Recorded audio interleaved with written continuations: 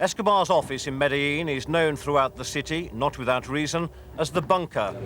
You have living in a city of Medellin, where I've been for the last 3 days, yes, people like Escobar. When is the government going to move against these people? They've been living free there for 10 years. Well, today is not the day to speak about that. This is a crackdown. American undercover drugs agents are offering for sale the most powerful cocaine-based narcotic known, crack. The buyers are arrested in a police maneuver known as the reverse sting. This, say the Americans, is the bottom line in the cocaine war.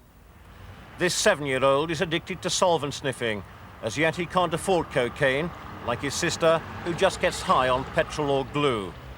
They're not the American bottom line because they live in Medellin, Colombia, once described as not so much a city, more a multinational whose business is controlling the manufacture, distribution and marketing of narcotics. 80% of the international cocaine trade is headquartered here. Take away the cocaine dollar and this city's foundations would crumble.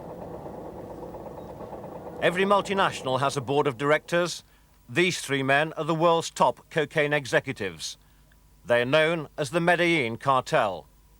Jorge Luis Ochoa, 38 years old, is number 2 in the hierarchy, followed by Jose Rodriguez Gacha, age 40, nicknamed the Mexican.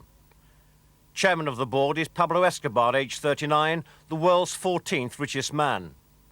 Escobar's office in Medellin is known throughout the city, not without reason, as the bunker, its high walls and armed guards designed to keep out the enemy, like the organization which tried to kill him in a car bomb attack a few weeks ago.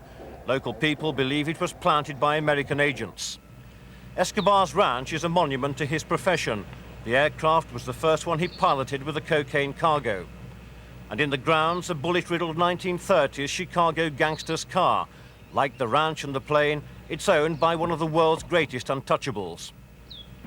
Ochoa and his relations run this restaurant in the hills, where he indulges his favorite hobby, breeding horses. Money is no object. The cartel's annual profits between $7 and $10 billion. With their wealth comes power. With power comes influence. And with all 3 comes the arrogance of infallibility, because they can do no wrong here. It's among the city's poor people that the cartel has its main support. The trio have worked hard at cultivating a Robin Hood image, handing out money to the peasants and building them new homes when the government won't. Nearly everyone in Medellin supports the traffickers. Those who don't are either dead or targets, like the local newspaper editor, whose offices were bombed and 1 man killed when he published a critical article. This is the most violent of cities. There's a killing here every 3 hours, some committed by these motorcycle gangs who work on retainers for the cartel. A killing can be purchased for as little as $100. The Colombian Attorney General was killed here in February. 2 other ministers have also been murdered. 800 narcotics agents were killed last year. The government's under siege, but looks elsewhere to apportion blame. We are very concerned about the amount of drugs that you buy in Europe and the United States. It's not just us buying them, it's your people selling them. No, but what makes it? The demand makes the offer.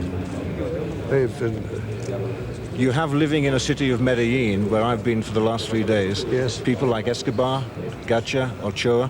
When is the government going to move against these people? The government is moving all the time against those people.